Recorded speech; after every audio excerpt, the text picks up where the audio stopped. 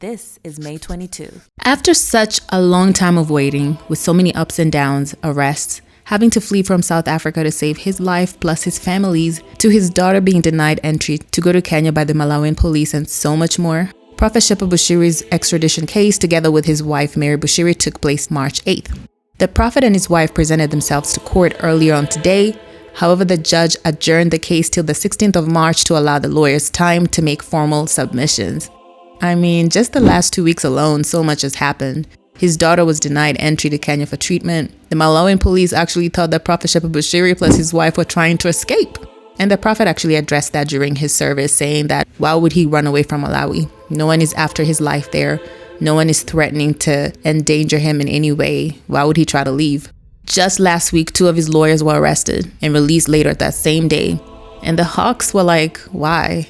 They wanted to know why they were released and why the case was not enrolled. Well, it's because there was no supporting evidence. Again, these 2 lawyers were accused of corruption, intimidation, and defeating the ends of justice. Here's a look. Pule, this is intriguing. Why were these 2 members of Shepherd Bushiri's legal team arrested? Well, a very good afternoon, Sally, and we do know that they were actually detained for about 8 hours on Monday. Were expected to appear before the Pretoria Magistrate Court, but the matter wasn't enrolled. So the Hawks are trying to find out as to why that was the case. Some of the supervisors, the investigators, are trying to actually come for clues to actually understand why, the alleged suspects did not actually head into the dock. But most importantly, what we know is that they are facing charges of corruption, intimidation, and defeating the ends of justice. We also know and have been reliably informed by sources that this is also in relation to some of the statements that were allegedly falsified by the pair in terms of the young women who were allegedly who accused the Malawian pastor Shepherd Bushiri of raping them.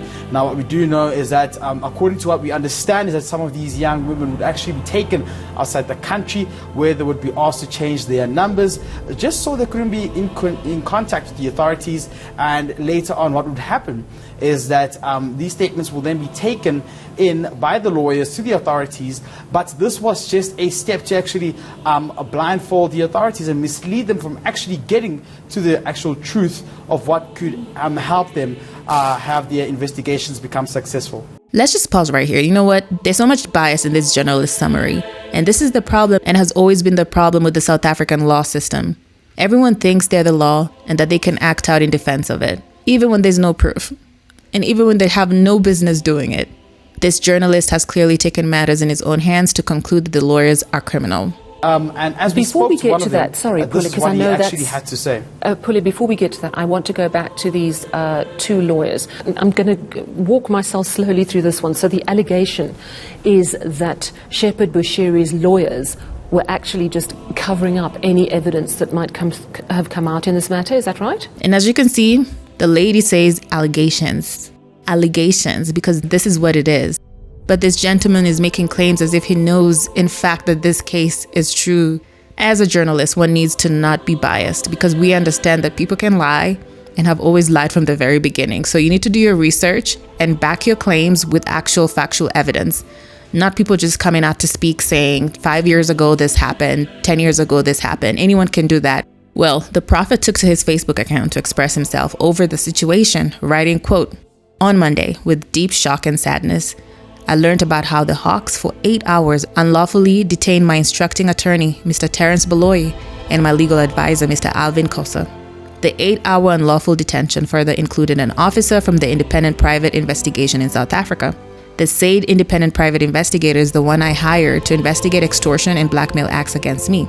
It's shocking to know that after my instructing lawyers and the private investigator being unlawfully kept in custody like convicted criminals, the senior state advocate who issued the alleged warrant of arrest was nowhere to be seen, and court officials were left with no option but to release my lawyers from custody under the banner of claiming that the police investigations are incomplete. Yet we know they've been investigating since 2017.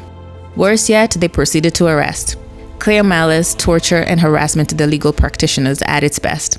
Though saddened, I'm not surprised with this awful detention because it's just an escalation and intensification of a failed scheme by certain Hawks officers hell bent to cover up the dirt I reported against them. Further on towards the end of the letter, he states this, quote, Murebi and Merritt know pretty well that I have verified and documented evidence in print, audio, and video against their every push to intimidate us and cover up the issues that I open cases against them. That's why, to escalate and intensify the intimidation against us, Murebi and her team have unlawfully and wrongfully arrested my instructing attorneys, Consul Baloya and Consul Kosa. Further, to cover up on the intimidation and corruption case I opened against them, Murebi and her team have also unlawfully detained the officer from Independent Private Investigation who was leading investigations against them. As things stand, I'm not certain whether attorneys in South Africa will continue to represent me, fearing unlawful arrest and detention. I must add that this is the third time my lawyers are detained wrongfully and unlawfully. How will I receive fair trial without legal representatives, as those who represent me face this kind of harassment from certain Hawks members, such as Murebi? Is this justice? And before I wrap up, I just want to show you how a certain prophet, Baro, was irritated by the prophet's presence in South Africa, that all he did everywhere he went all the time, even in restaurants, was to speak about how he wanted the prophet to leave South Africa, chanting, Bushiri must go.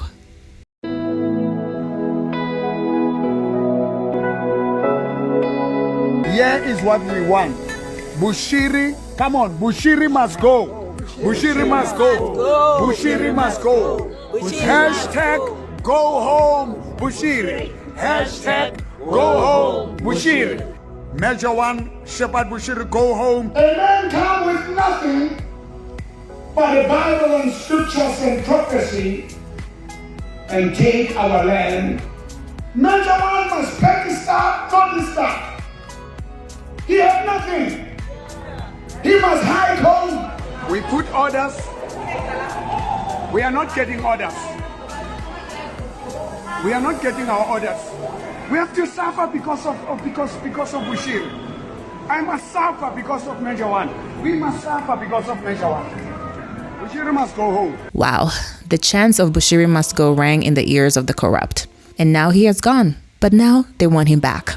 Is it because he left not in their terms? Through it all, Prophet Bushiri continues to maintain his innocence, stating that he believes in the law system and government of Malawi. As we always say, here at this page, we stand with the prophet and prophetess, and we pray that God's will be done over their case. The extradition case continues March 16th, 2021. Make sure you subscribe to follow up with more on Prophet Bushiri's extradition case and other stories.